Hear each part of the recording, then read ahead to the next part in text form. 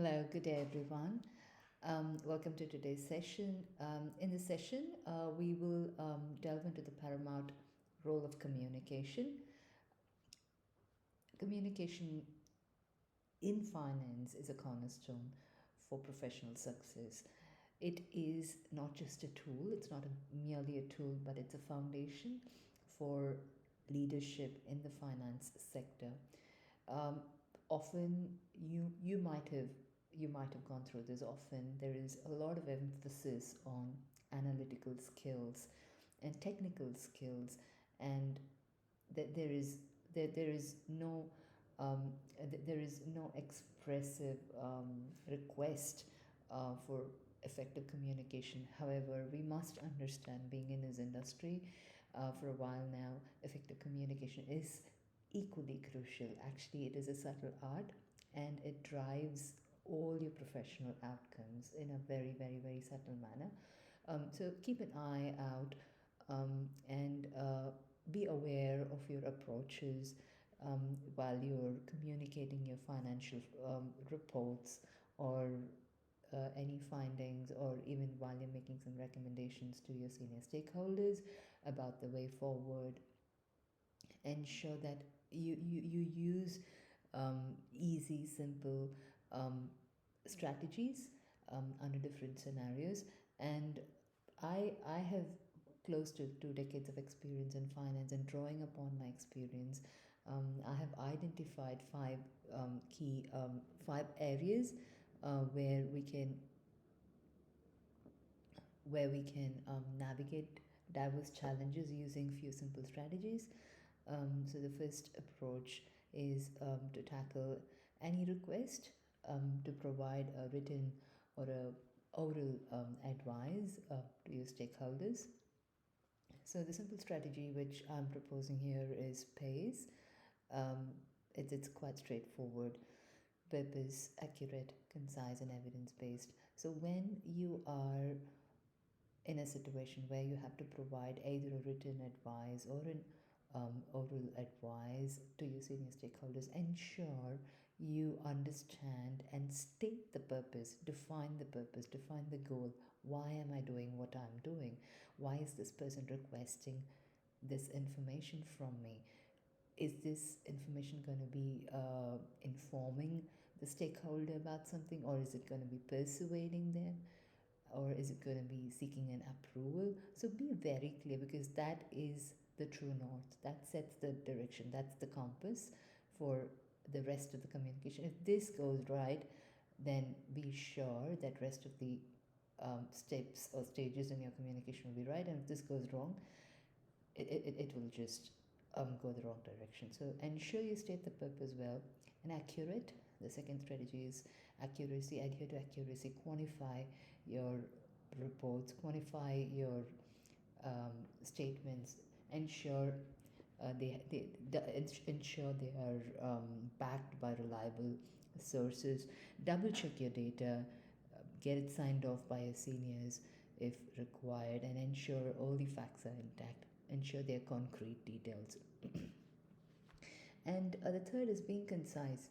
It's really important. As I said, in finance, there's a lot of emphasis on analytical skills, not on communication skills, but this is a subtle art.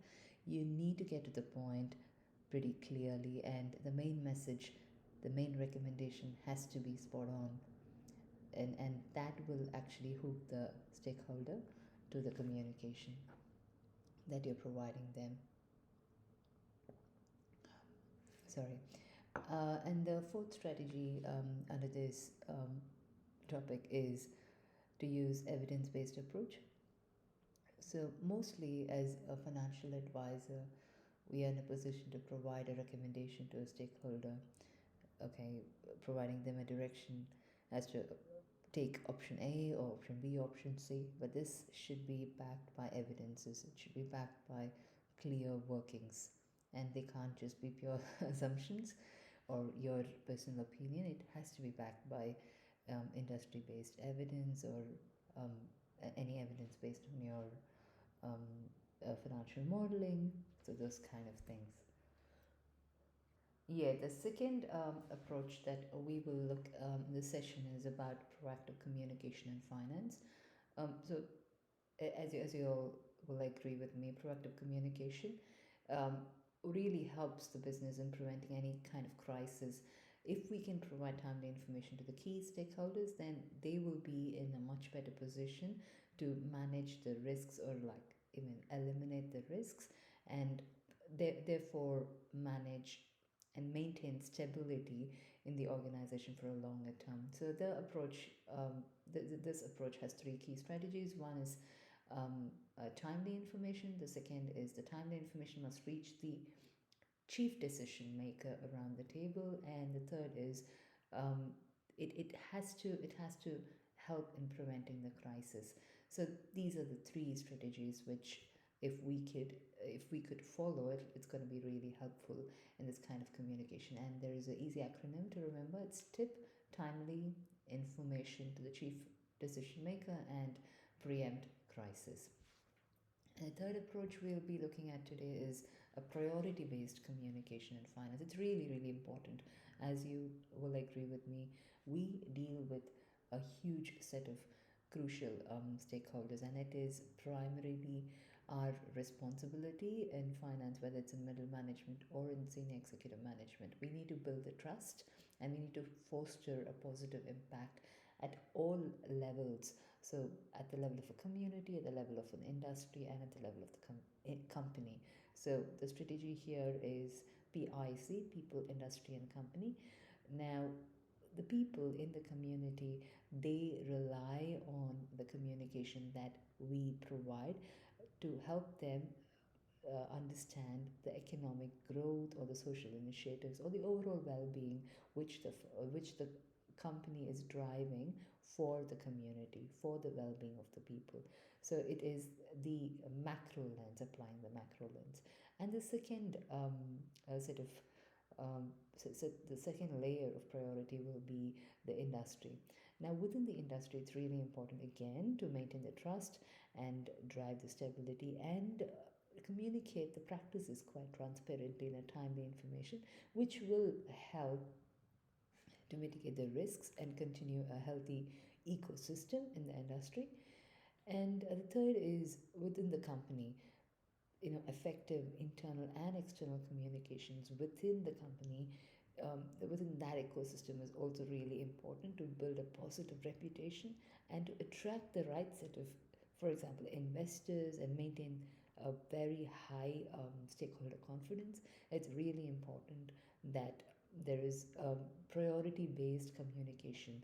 So, first to the community, next to the industry, and next to the company, in that order, to ensure they are all they're all being informed, and in ensuring our communication drives a positive impact on all the levels. And the next approach is a bold approach. So when I say bold, it has to be we need to use it judiciously. Yeah, it is a valuable approach, but we need to make informed decisions.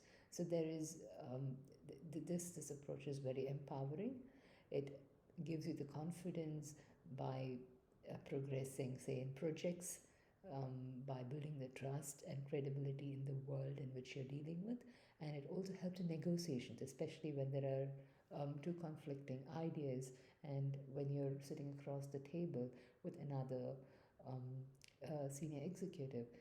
When you're making bold, evidence based communication, it's going to be really helpful. But you have to use it judiciously. You should still adhere to the ethics and the company standards and the manners, and it should not be misleading when you see this.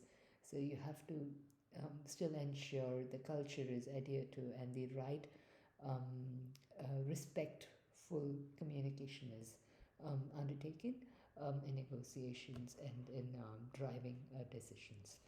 So there is a easy acronym to understand here. It's END, empowering negotiations and driving decisions. And the last approach is how do you communicate to distinct stakeholders? So, again, the strategy here is understand the stakeholder type, and have a sorry have a high level visibility about their level of understanding. So, one is you should understand what their type is, and two is you should also know what's their level of financial understanding, and the third is choose the channel appropriately.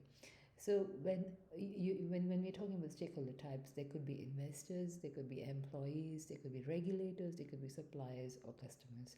So each one of them requires a distinct style of communication. And next is the level of understanding. What's the technical expertise, the financial expertise? Can I use the jargons, or can I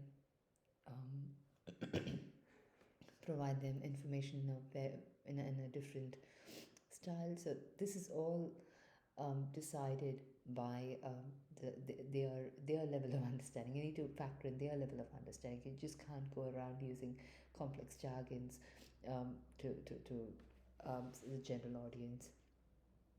And the third is the channel. Use the appropriate channel. So if it's going to be investors or regulators or auditors, use the formal reports, the annual reports, the formal channels of communication. And now, if you need to engage the employees or customers or suppliers, then try using persuasive presentations, and that will be more engaging and driving conversations.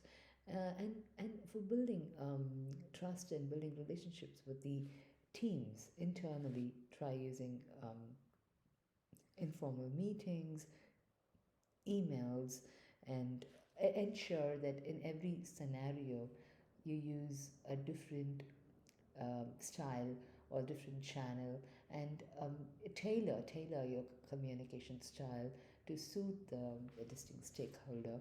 And this is one of the most effective strategies. So one size fits all approach is never an effective approach. And it has to be logical, and it has to be holistic as well. So these are sort of high level approaches and some simple, very simple, easy to understand strategies which you could adapt and ensure that you achieve success in your field of communication, in whichever industry you work in. And please stay tuned for more interesting topics. I'll